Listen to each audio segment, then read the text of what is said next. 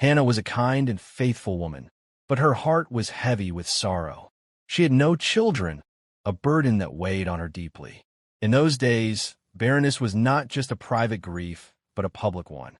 To make matters worse, Hannah had to share her husband, Elkanah, with another woman, Peninnah, who had many children and never hesitated to remind Hannah of her lack.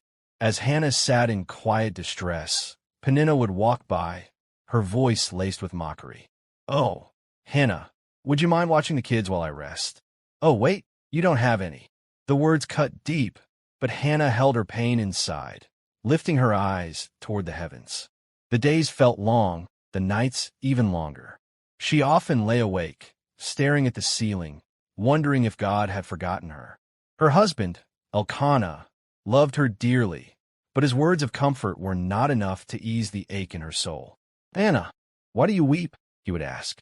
"Am I not more to you than 10 sons?"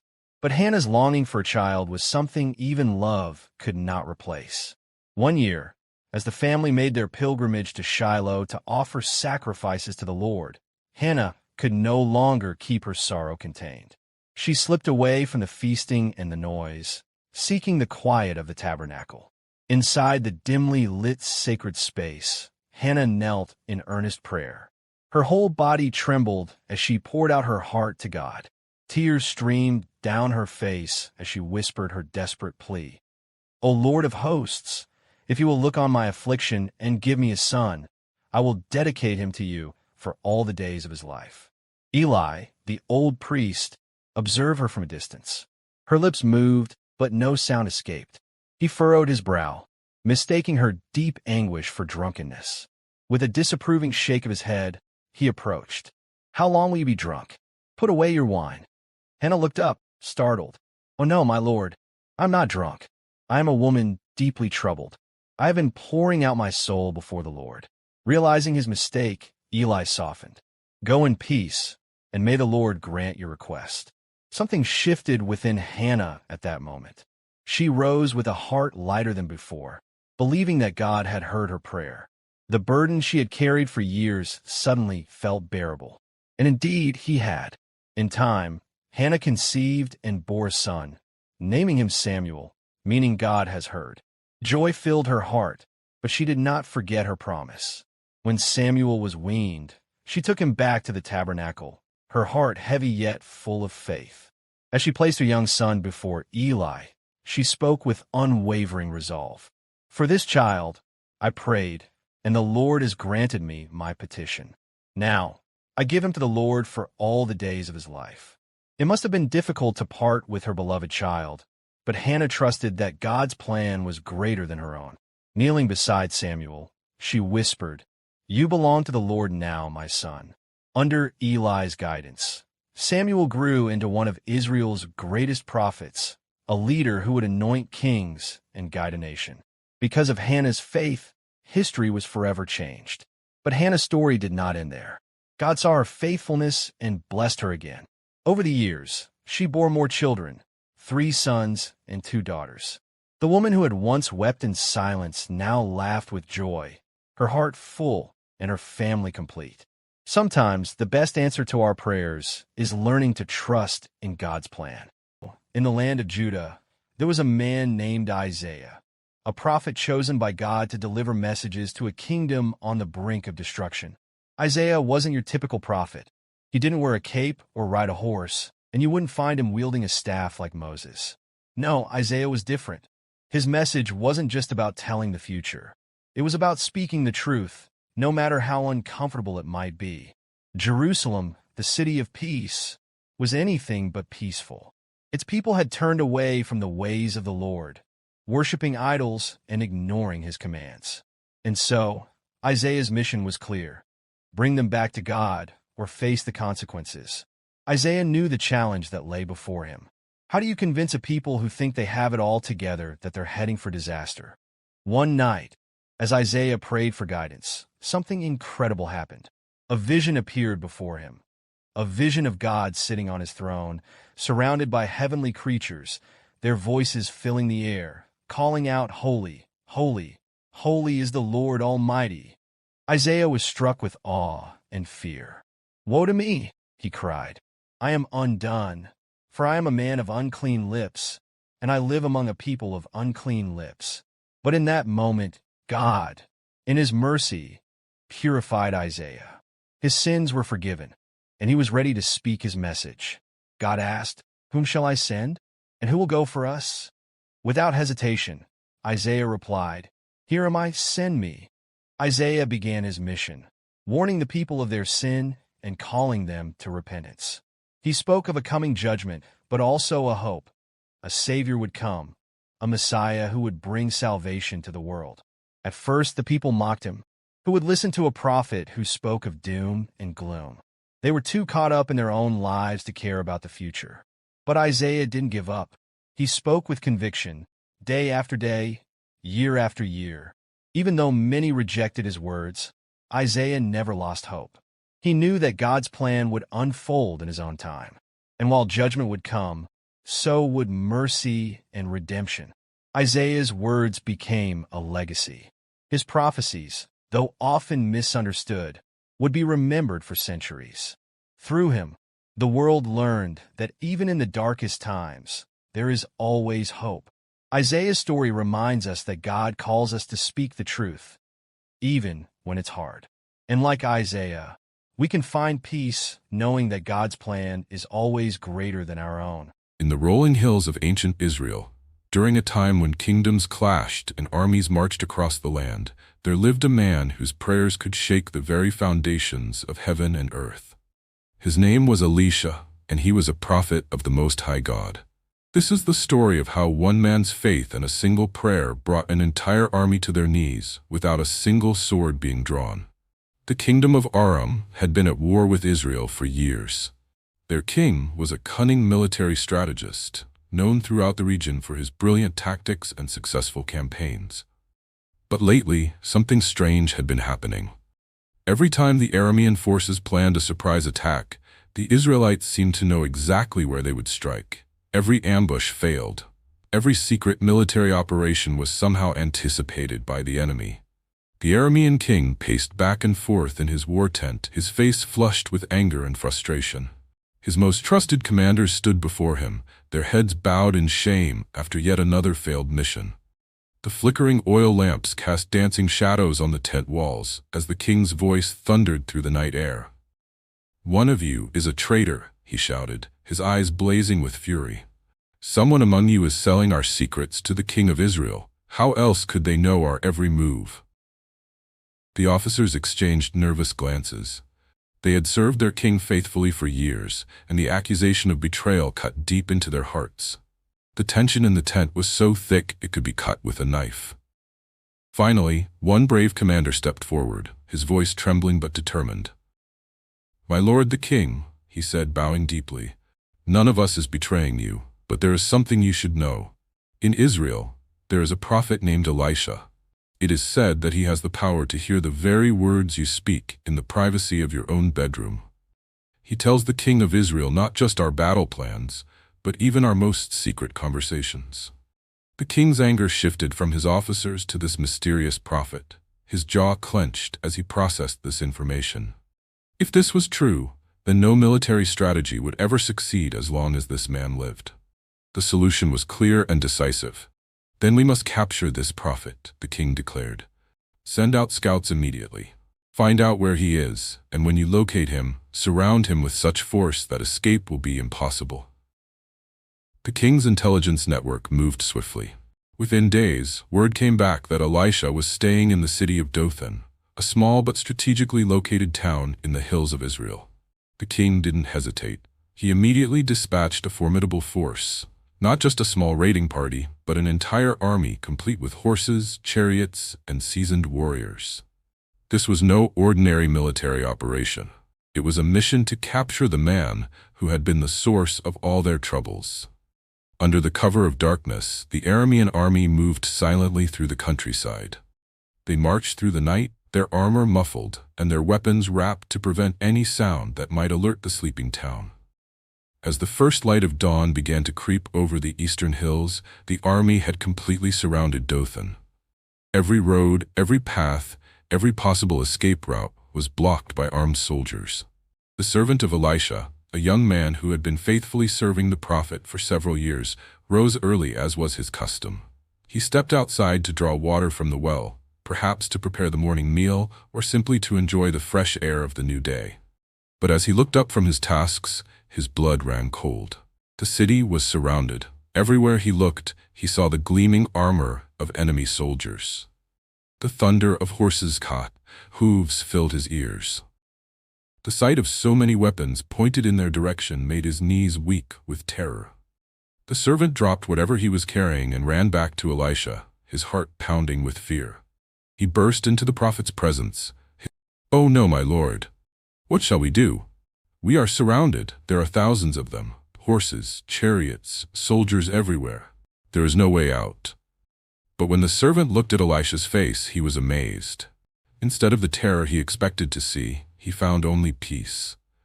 The prophet's eyes were calm, his expression serene. It was as if Elisha was seeing something entirely different from what the servant was reporting.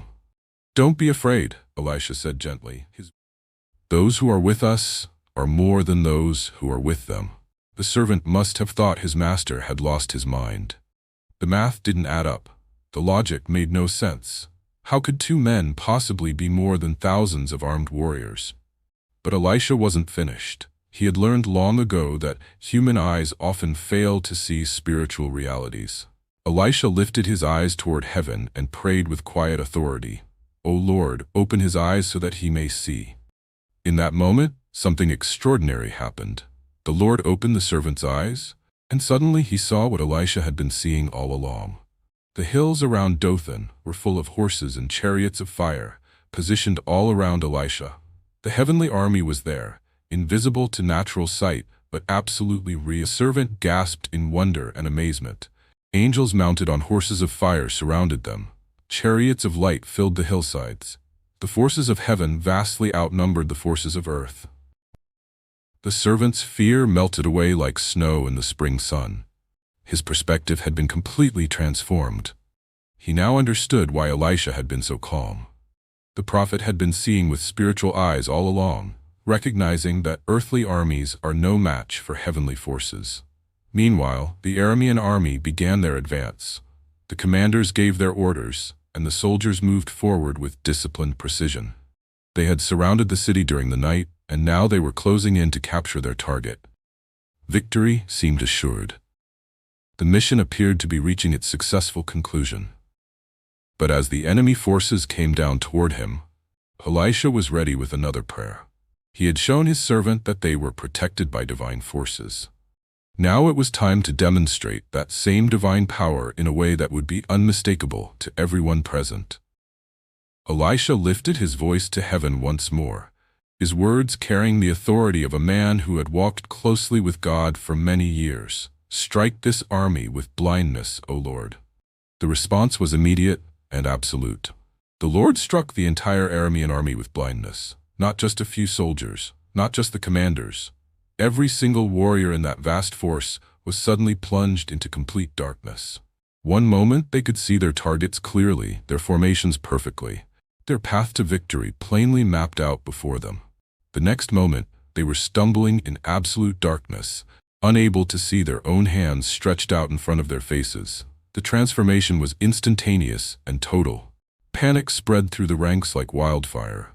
The most elite military force in the region had been reduced to a group of frightened, helpless men in the span of a single heartbeat. Their weapons were useless. Their training meant nothing. Their overwhelming numbers provided no advantage. They were as vulnerable as newborn babies. But Elisha was not finished with his plan. Instead of fleeing from the blind army or calling for the men of Dothan to attack them, he did something that must have seemed incredible to anyone watching. He walked out of the city, directly toward the confused and frightened soldiers. "This is not the road you want," Elisha called out to them, his voice carrying clearly in the morning air. "And this is not the city you want. Follow me, and I will lead you to the man you are looking for." The irony was perfect. The army had come to capture Elisha, and now Elisha was offering to lead them to Elisha. They had no idea that the voice they were hearing belonged to the very man they sought. In their blindness, they had no choice but to trust the stranger who was offering to guide them. And step by step, the prophet led them through the countryside, his voice guiding them along paths they could not see, toward a destination they could not imagine. Where was Elisha leading them? Not to some neutral location where they might safely recover their sight, not to some remote place where they could regroup and plan their next move. He was leading them straight to Samaria, the capital city of Israel, the very heart of enemy territory. When they finally reached Samaria, Elisha was ready for the next phase of his plan. They stood now in the very center of the Israelite capital, surrounded by the walls and defenses of their enemies. The trap was perfect. The irony was complete. Elisha prayed once more. "Lord, open the eyes of these men so they can see." And the Lord opened their eyes. The moment of revelation was stunning. The Aramean soldiers blinked in the bright sunlight and looked around in bewilderment. Instead of being in some safe location where they could carry out their mission, they found themselves standing in the middle of Samaria, completely surrounded by the armies of Israel. The king of Israel, seeing this incredible sight, immediately turned to Elisha with the obvious question, "My father, shall I kill them?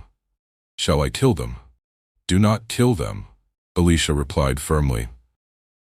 "Would you kill those you have captured with your own sword or bow? Set food and water before them so that they may eat and drink and then go back to their master." The response must have shocked everyone present. Mercy instead of massacre, kindness instead of killing, a feast instead of a funeral. This was unprecedented in the brutal world of ancient warfare.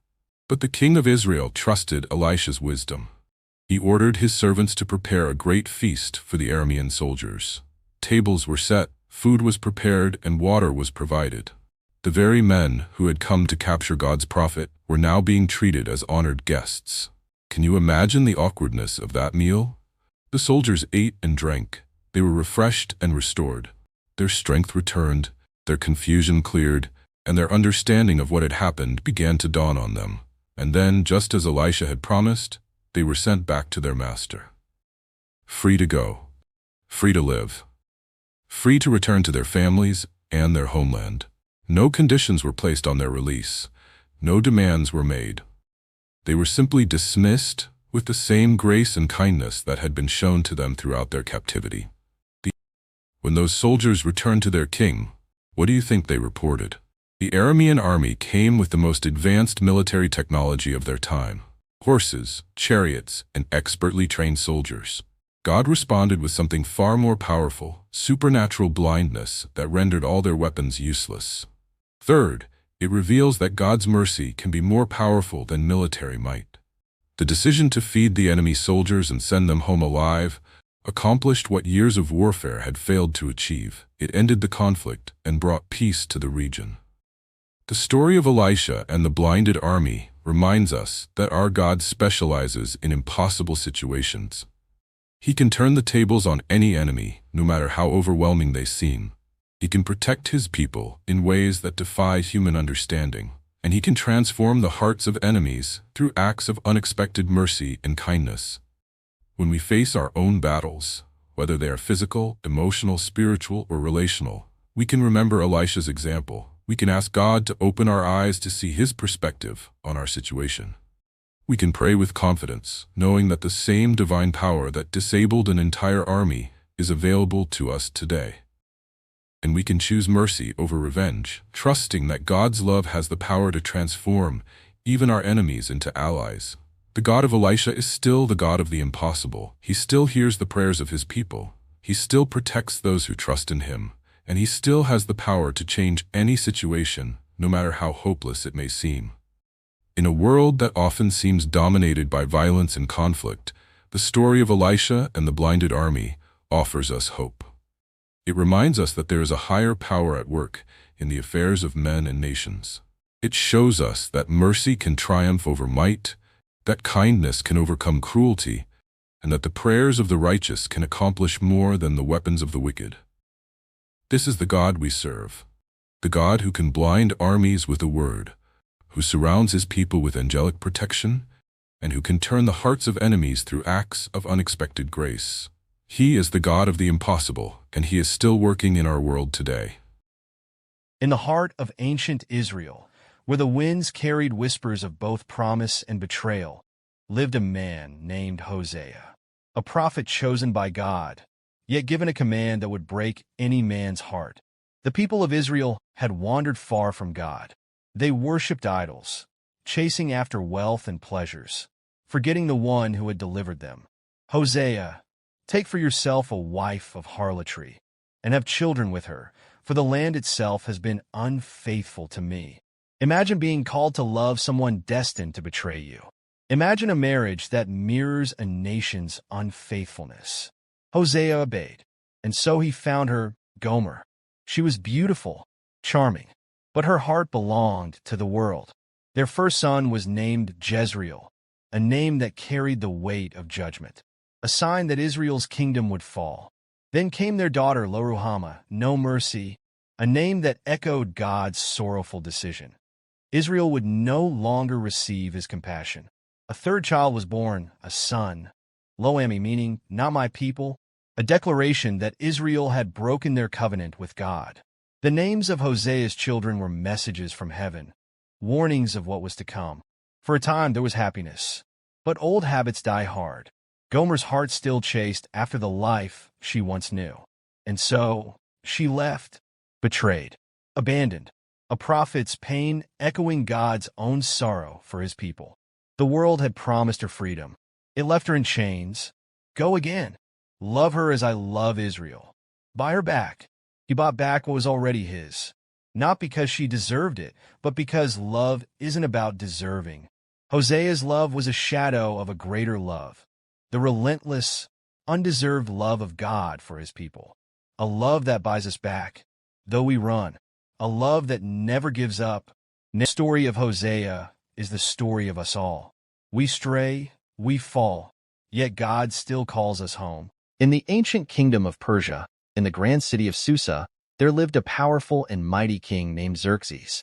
Known for his vast empire, extravagant banquets, and immense wealth, one day, King Xerxes held a grand feast to showcase his splendor to all his subjects. This feast would last many days, with all the guests having so much to eat and drink.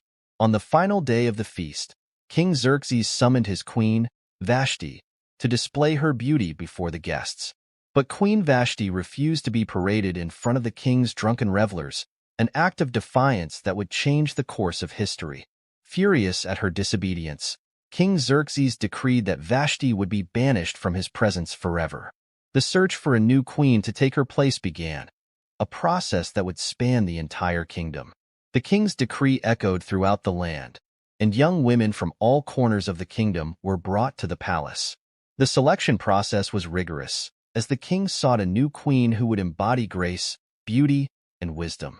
Among them was Esther, a young Jewish orphan of remarkable beauty and kindness. She was brought to the palace by her cousin Mordecai, who had raised her as his own daughter. Esther's humility and charm quickly won the favor of Haggai, the king's eunuch in charge of the harem, who gave her special treatment and advice. Mordecai loved Esther dearly and had always believed she was destined for great things. Yet, as Esther was taken to the palace, a cloud of uncertainty hung over the Jewish people in Persia. They were a minority, often subject to suspicion and prejudice. Esther, you are special. Remember our people and our God in everything you do. I will, Mordecai. I promise. With her grace and humility, Esther stood out among the candidates. Haggai, who saw her potential, gave her the best accommodations and beauty treatments. He even gave her servants to look after her during the selection process. This process lasted for a year, and during this time, Esther followed all the advice of Haggai. Soon, it was Esther's turn to meet the king. When Esther stood before King Xerxes, he was immediately struck by her beauty and grace. The king chose Esther to be his new queen and ordered a great banquet to be prepared in her honor, with a day of holiday given to everyone in the kingdom. But Esther's journey was far from over, as the king did not know of her Jewish origin. One day, while at the palace gates, Mordecai overheard a plot to assassinate the king. He quickly sent word to Esther, who informed the king, saving his life. This act of loyalty was recorded in the royal chronicles. Meanwhile, The Jewish people in Susa lived in a state of constant worry. Their future was uncertain, and they often faced hostility from others. Little did they know that a greater threat was on the horizon. Haman, the king's advisor, was a man filled with hatred and deceit. He harbored a deep-seated animosity towards the Jews, particularly Mordecai, who refused to bow to him. Haman devised a plan to destroy all the Jewish people in the kingdom. He convinced King Xerxes to issue a decree to annihilate all Jews in the empire. He cast lots, or Purim, to choose the fateful day. King Xerxes, unaware of the true impact of this decree, granted Haman his wish, sealing the fate of the Jewish people. The decree was sent out across the empire. Mordecai, Esther's cousin and a wise man, learned of the terrible decree. Fear and sorrow gripped the Jewish community. Mordecai knew that only one person could save them, Queen Esther. He sent word to her, urging her to plead with the king for their lives. Esther, you must go to the king. Reveal your identity and beg for mercy for our people. Do not think that you will escape because you are in the king's house. But, Mordecai, anyone who approaches the king without being summoned is put to death, unless the king extends his golden scepter. I haven't been called to him for 30 days. If you remain silent, relief and deliverance for the Jews will arise from another place, but you and your father's family will perish. And who knows but that you have come to your royal position for such a time as this? With courage and faith, Esther decided to risk her life. She asked all the Jews in Shushan to fast and pray for her for 3 days. If I perish, I perish. On the third day, Esther approached the king, her heart pounding with each step. King Xerxes saw Esther and, to her relief, extended his golden scepter. What is it, Queen Esther? What is your request? Even up to half the kingdom, it will be given you. If the king regards me with favor and if it pleases the king to grant my petition and fulfill my request, let the king and Haman come tomorrow to the banquet I will prepare for them. Then I will answer the king's question. At the banquet, Esther hesitated. She knew she had to wait for the right moment. Haman left the banquet filled with pride, boasting to his family and friends about his exclusive invitation from the queen. He spoke of his joy and how special he felt, but his hatred for Mordecai persisted. His wife Zeresh and friends suggested he build a gallows 75 feet high and ask the king to have Mordecai hanged on it. Haman eagerly followed his wife's advice, having the gallows built that very night. That same night, King Xerxes could not sleep. He ordered the book of Chronicles to be read to him. The servant read about Mordecai's discovery of the plot to assassinate the king. What honor and recognition has Mordecai received for this? Nothing has been done for him, my lord. The next morning, as Haman approached to ask for Mordecai's execution, the king had other plans. What should be done for the man the king delights to honor? For the man the king delights to honor, have them bring a royal robe the king has worn and a horse the king has ridden, one with a royal crest placed on its head. Then let the robe and horse be entrusted to one of the king's most noble princes. Let them robe the man the king delights to honor, and lead him on the horse through the city streets, proclaiming, "This is what is done for the man the king delights to honor." Go at once, get the robe and the horse, and do just as you have suggested for Mordecai the Jew, who sits at the king's gate. Do not neglect anything you have recommended. Haman's face fell as he realized his fate. He had no choice but to obey, leading Mordecai through the streets in a humiliating display of honor. At the second banquet, King Xerxes again asked Esther for her request. What is your request? Even up to half the kingdom, it will be granted. If I have found favor with you, your majesty, and if it pleases you, grant me my life, this is my petition. And spare my people, this is my request. For I and my people have been sold to be destroyed, killed, and annihilated. Who is he? Where is he, the man who has dared to do such a thing?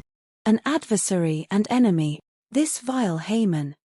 King Xerxes, enraged, stormed out into the garden. Haman, realizing his doom, begged Esther for his life. The king returned to see Haman falling on the couch where Esther reclined. Will he even molest the queen while she is with me in the house? One of the eunuchs spoke up, informing the king of the gallows Haman had built for Mordecai. Hang him on it. King Xerxes gave Haman's estate to Esther and elevated Mordecai to Haman's position. At Esther's request, he issued a new decree allowing the Jews to defend themselves against their enemies. The day intended for their destruction became a day of victory and joy for the Jews. The Jewish people celebrated their deliverance with feasting and gladness, establishing the festival of Purim to commemorate their triumph over adversity. Esther's courage and Mordecai's wisdom had saved their people, ensuring their place in history. And so, the story of Esther, a tale of bravery, faith, and redemption, echoed through the ages, reminding all that even in the darkest times, hope and courage can light the way. City of Joppa, where the sea sang its endless song and merchants bartered with eager voices, lived a woman whose name was spoken with admiration, Tabitha, or, as the Greeks called her, Dorcas. But she was no noblewoman or ruler. No, her kingdom was kindness, and her power was generosity. She had a needle and thread, but she stitched more than just fabric. She stitched hope into the lives of widows, the poor, and the forgotten. If a child needed a cloak, she made one. If a widow shivered in the night, she wove warmth into their lives. But then, tragedy. Tabitha, the heartbeat of kindness in Joppa, grew ill, and despite all the prayers and efforts of her friends, she slipped away.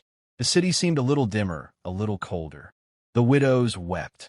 They held the robes and tunics she had sewn, running their fingers over the fabric as if touching her kindness one last time. And then, someone remembered, Peter, the apostle of Jesus, was nearby in Lydda. If anyone could help, it was him. Peter arrived, saw the tears, the sorrow, the love poured out for this woman who had given so much. He asked them all to leave the room, and then, kneeling beside her, he prayed. And then he spoke. Tabitha, get up. And just like that, life returned. The light of kindness that had gone out in Joppa flickered back on. Imagine their faces. The woman they had mourned was now standing before them, smiling, alive, and the news spread faster than a ship on a strong wind. All of Joppa heard, and many believed in the Lord because of what they had seen. Tabitha's story wasn't just about a miracle. It was about a life well spent, a life of giving, loving, and serving. And maybe, just maybe, the greatest miracle wasn't just that she was brought back to life, but that she had lived so well in the first place. What will you stitch into the world today? In the land of Canaan, among the 12 sons of Jacob, one name stood out, Judah, a man of influence, of heritage, and yet a man whose choices would lead him down a path of unforeseen consequences. Judah's family grew, and in time, he found a wife for his eldest son, Er, a young woman named Tamar, graceful, strong, and unsuspecting of the trials that lay ahead. But Er, Judah's firstborn, was a wicked man in the sight of the Lord. His ways were corrupt, and his heart was hardened. And so, his days were cut short by the judgment of God. Widowed and childless, Tamar was left in a precarious position. According to custom, Judah gave his second son, Onan, to fulfill the duty of raising offspring in his brother's name. But Onan was selfish. Though he took Tamar as his wife, he refused to fulfill his duty, ensuring that no child would carry his brother's legacy. His deceit was seen by the Lord, and Onan, too, was struck down. Now Judah, shaken by the loss of 2 sons, grew fearful. Though his youngest, Shelah, was next in line, Judah hesitated. He told Tamar to wait until Shelah was older, but in his heart he had no intention of giving her another son. Realizing she had been deceived, Tamar devised a daring plan, one that would change the course of Judah's lineage forever.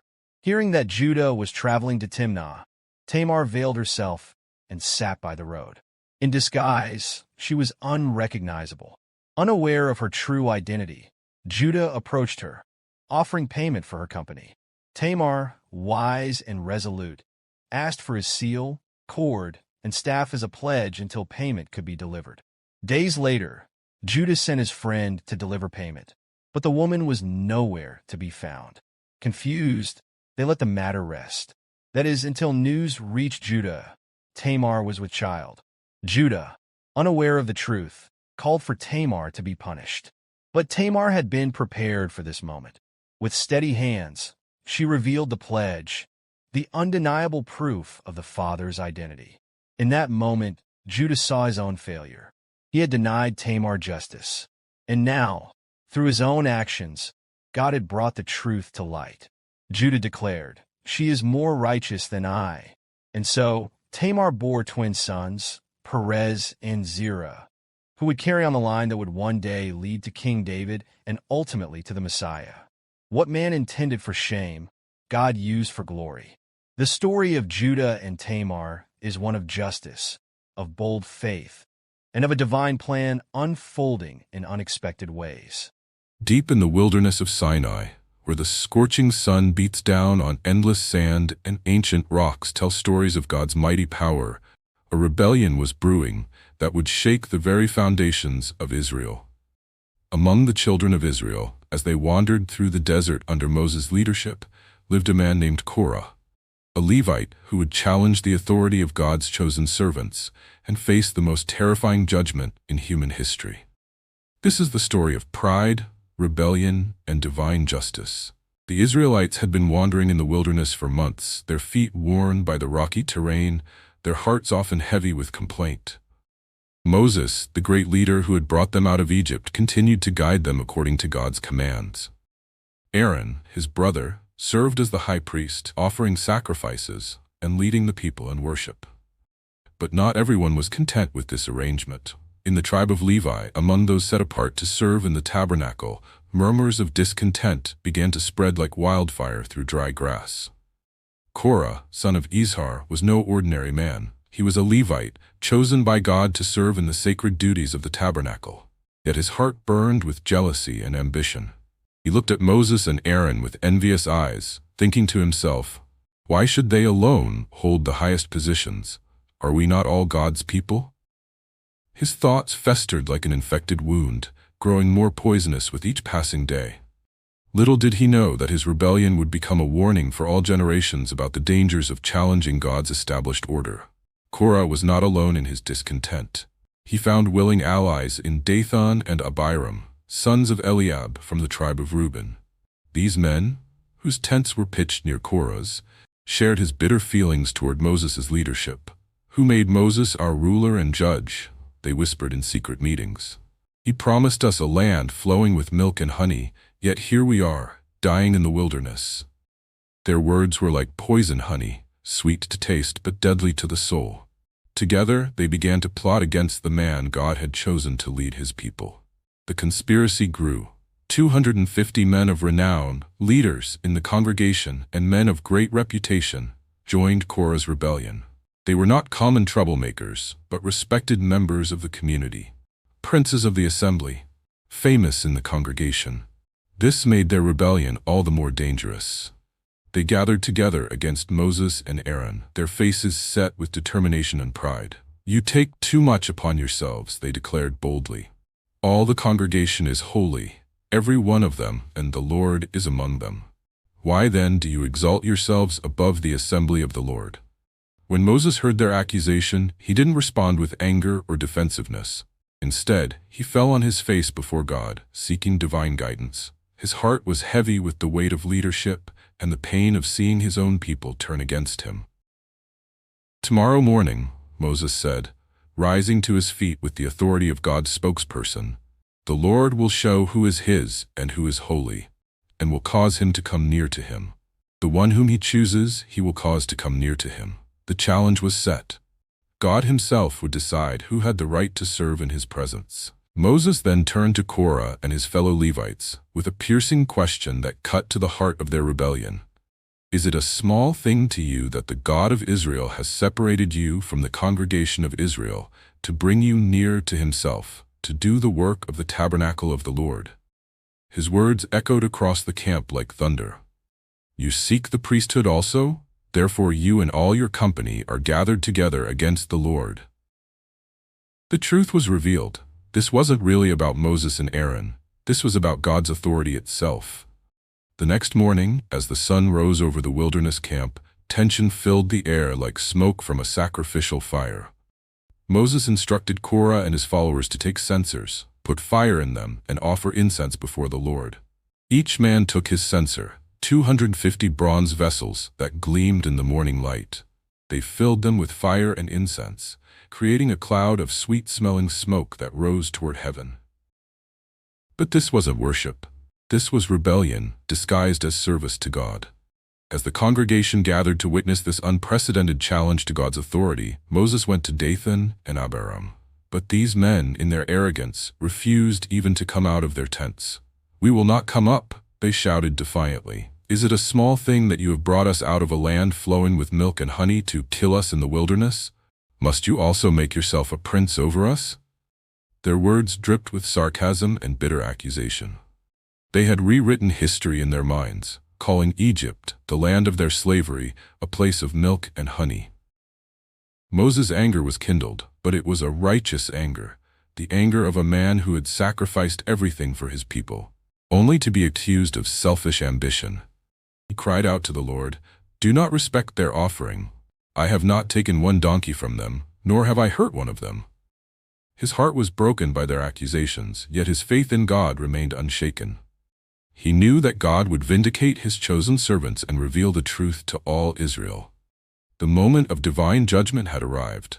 Moses, speaking with the authority of God's prophet, made a declaration that would echo through history. "By this you shall know that the Lord has sent me to do all these works, for I have not done them of my own will. If these men die naturally like all men die, then the Lord has not sent me. But if the Lord creates a new thing and the earth opens its mouth and swallows them up with all that belongs to them, then you will understand that these men have rejected the Lord." What do you think happened next? Have you ever witnessed someone face consequences for their rebellion?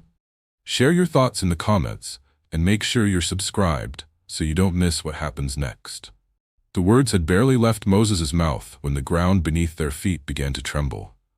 The earth, which had seemed solid and permanent, started to crack and split with a sound like thunder. People screamed and ran as the very ground they stood on became their enemy.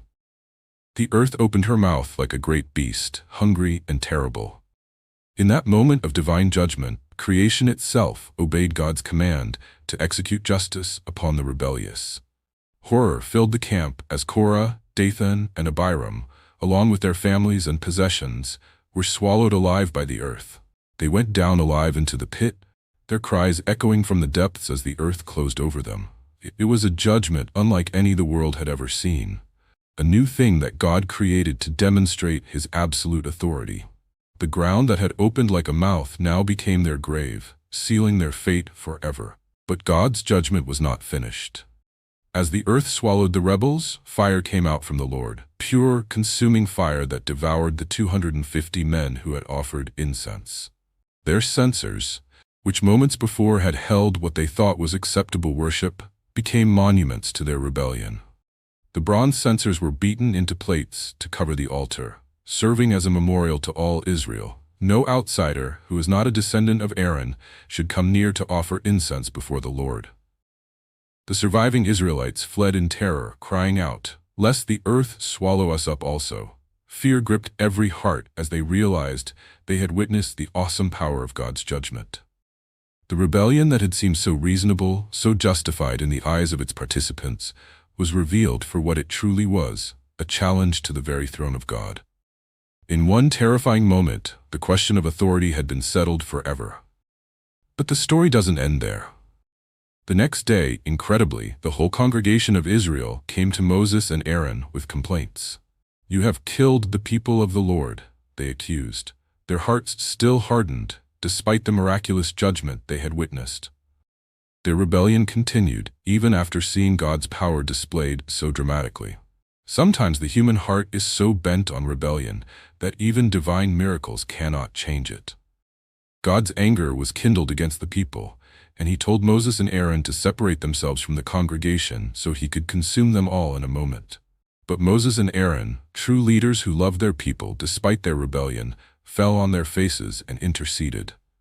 "O God, the God of the spirits of all flesh," they prayed, Shall one man sin, and you be angry with all the congregation?" Their hearts showed the compassion of true shepherds. How do you respond when people criticize your leadership or authority? Do you react with anger or with love?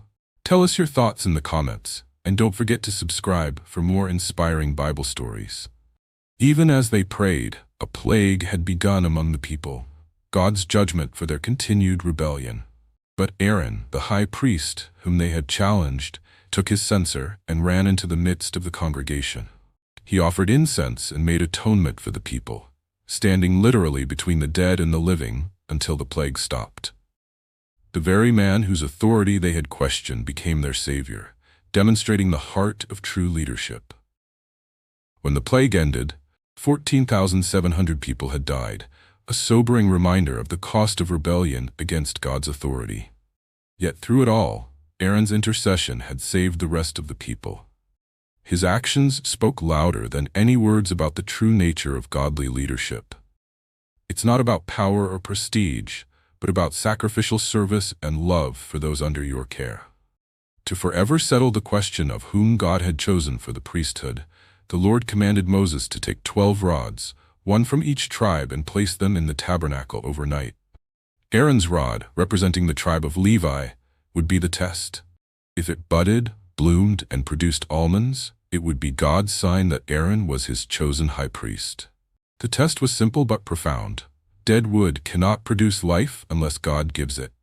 The next morning, when Moses brought out the rods, a miracle had occurred. Aaron's rod had not only budded but had bloomed and produced ripe almonds, the full cycle of life from a dead stick. The other rods remained unchanged, but Aaron's rod declared God's choice unmistakably. Life from death, fruit from barrenness. This was God's signature on his chosen servant. The rod was kept in the Ark of the Covenant as a permanent reminder of God's choice and a warning against future rebellion. Every time the Israelites saw it, they would remember Korah's rebellion and the terrible consequences of challenging God's authority. It stood as a testimony that God's choices are final and his authority is absolute. The story of Korah's rebellion echoes through the ages as a warning to all who would challenge God's established order. It reminds us that rebellion against godly authority is ultimately rebellion against God himself. Pride, jealousy, and ambition led these men to their destruction, while humility and obedience marked those who found God's favor. Today, as we face our own challenges with authority, whether in our families, churches, or communities, Korah's story calls us to examine our hearts. Are we motivated by pride or by genuine concern for God's will? Are we seeking to serve or to be served?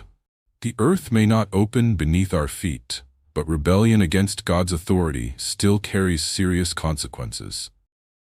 What lessons do you take from Korah's rebellion? How do you handle situations where you disagree with those in authority over you?